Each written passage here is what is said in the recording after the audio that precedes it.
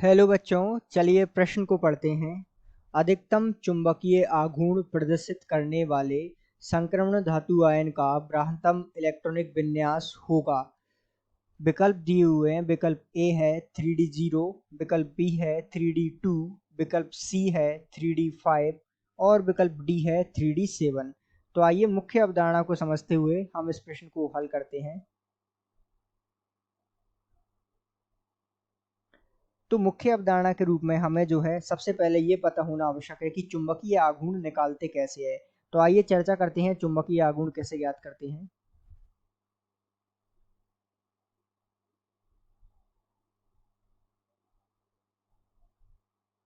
तो चुंबकीय आघूर्ण जिसे हम म्यू से प्रदर्शित करते हैं, इसे निकालने का एक सूत्र होता है जिसे हम लिखते हैं √n+2। ये जो सूत्र है इसके जरिए जो है हम चुंबकीय आघूर्ण निकालते हैं और इसकी इकाई होती है bm अर्थात बोर मैग्नेट्रॉन। तो इस प्रकार जो है चुंबकीय आघूर्ण हम निकाल लेंगे जहां n बराबर है अयुग्मित इलेक्ट्रॉन।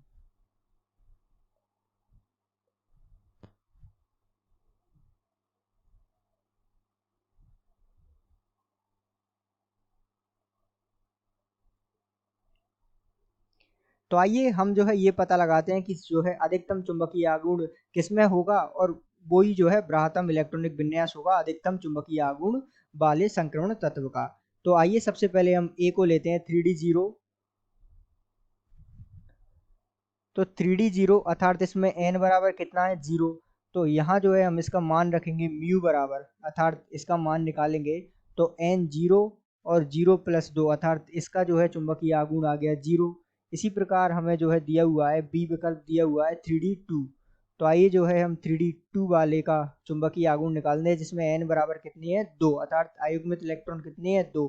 तो म्यू बराबर अंडर रूट यहाँ 2 और यहाँ रखेंगे हम 2+2 अर्थात 4। तो इसका मान आएगा √8, जिसका मान होता है 2.84 bm अर्थात बोर मैग्नेट्रॉन। इसी प्रकार सी विकल्प में आपको दिया हुआ है 3d5। तो आइए इसका चुंबकीय आघूर्ण निकालते हैं 3d5, जिसमें अयुग्मित इलेक्ट्रॉन कितने होंगे इसका पता लगाते हैं। तो 5 जो है इसमें हम इलेक्ट्रॉन भरेंगे। तो यहाँ एक इलेक्ट्रॉन, फिर दूसरा, फिर तीसरा, फिर चौथा और फिर 5 अर्थात इसमें n बराबर कितनी है 5, अयुग्मित इलेक्ट्रॉन की संख्या 5। तो म्यू बराबर इसमें हम मान रखेंगे √5 × 5+2। ठीक है, सूत्र में मान रखा और यहाँ से हमें इसका उत्तर मिलेगा √5 और 2 7 और 35 अर्थात 5 7 35। तो इसका मान होता है 5.91 बोर मैग्नेट्रॉन अर्थात bm। इसी प्रकार जो है डी विकल्प जिसमें दिया हुआ है 3d7। सबसे पहले यदि हम इसमें जो है अयुग्मित इलेक्ट्रॉन निकाले तो जो है 5 कोष में हम इलेक्ट्रॉन भरेंगे। तो इसमें जो है डी में हम इलेक्ट्रॉन भरेंगे 7 इलेक्ट्रॉन। तो एक सबसे पहले एक एक भर देंगे सब में, 3 4 5, फिर जो है दूसरा इलेक्ट्रॉन भरेंगे।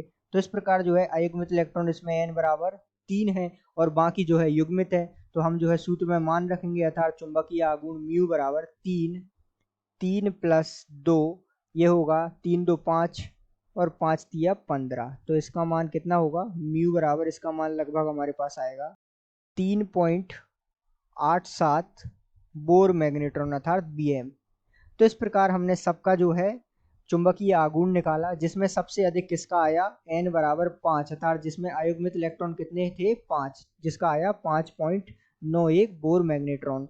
तो आइए हम प्रश्न को देखते हैं। अर्थात ब्राह्मतम इलेक्ट्रॉनिक विन्यास क्या होगा 3d5। हम कह सकते हैं कि अधिकतम चुंबकीय आघूर्ण वाले संक्रमण धातु का ब्राह्मतम इलेक्ट्रॉन विन्यास होगा 3d5 अर्थात उसके डी कक्षक में 5 इलेक्ट्रॉन उपस्थित होंगे जो कि पूरी तरह अयुग्मित होते हैं। तो हम कह सकते हैं कि दिए गए प्रश्न का सही उत्तर विकल्प डी है। आशा करते हैं आपको समझ आया होगा। धन्यवाद।